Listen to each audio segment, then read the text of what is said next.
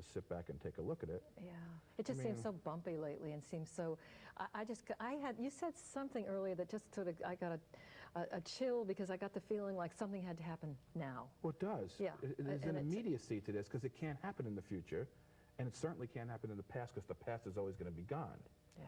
And if your future is going to be like your past, then it's not going to happen in the future either. Yeah. That's why you need like a whole moment now. Yeah. Now, how much fear do you need in order to stop trying to escape? You know, that's what has to happen. And you never know where an individual consciousness is at with that. Yeah. So you can't really evaluate with them. You just keep on offering it to them. Yeah, and you just keep on giving. I mean, all I really do is just give, in the freedom of my mind, just constantly give myself away. And what I'm giving away is myself, or however you want to call it. And I never, you know, the enlightenment of my mind, or the love of or whatever it is, just keep giving it away and allow people to enter into miraculous moments with me, so that they can see that there's more, that they're not what they think. Yeah, but you're not judging. I'm certainly not judging. What's the point? Yeah, I know, but that allows people to let go, and you connect with their minds. Yeah. I mean, well, there is only mind, so mind is whole, and there's no need for me to connect with that. That's what I am. Yeah. I mean, the truth is, the idea of the dream is, as a dream of identity, is individuated, separate identities, or fragmentation of what was apparently whole. Now, the fragmentation in and of itself isn't true, but the idea of fragmentation caused, let's say, encapsulation of tiny sparks of God. Yeah. And now they operate in separation rather than operating as a single whole light that's emanating as creation from creation. And please bring up what we were talking about, karma or other lifetimes, about sharing. Well, because you take a look at it. You know, the idea, everything here is post-schism. Yeah. So it's like the whole world, from the beginning of time to what we think is the end of time, and the world of space, everything is all post-schism. Okay.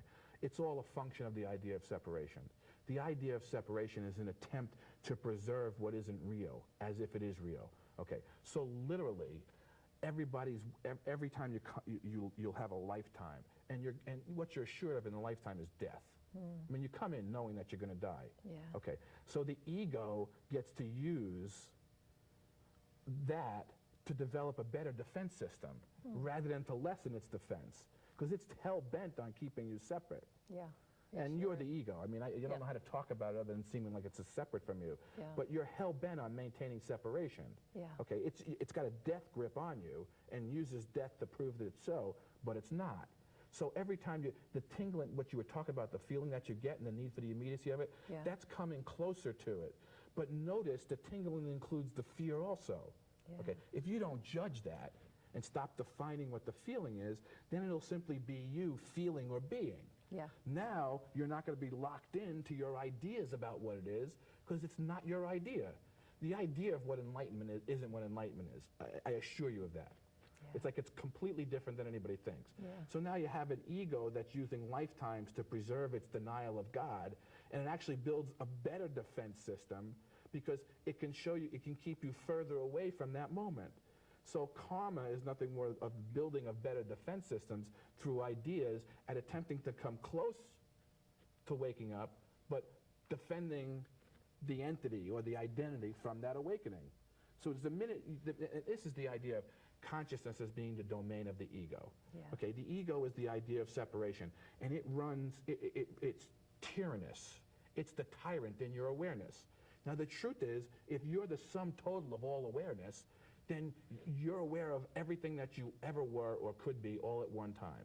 You use this particular identity to define time and space for yourself, but all that is in you. Now, the ego is going to use all that awareness to continue the separation, so it's going to put you in a lifetime that's more advantageous to the denial of God rather than one that's closer to the awakening. Yeah.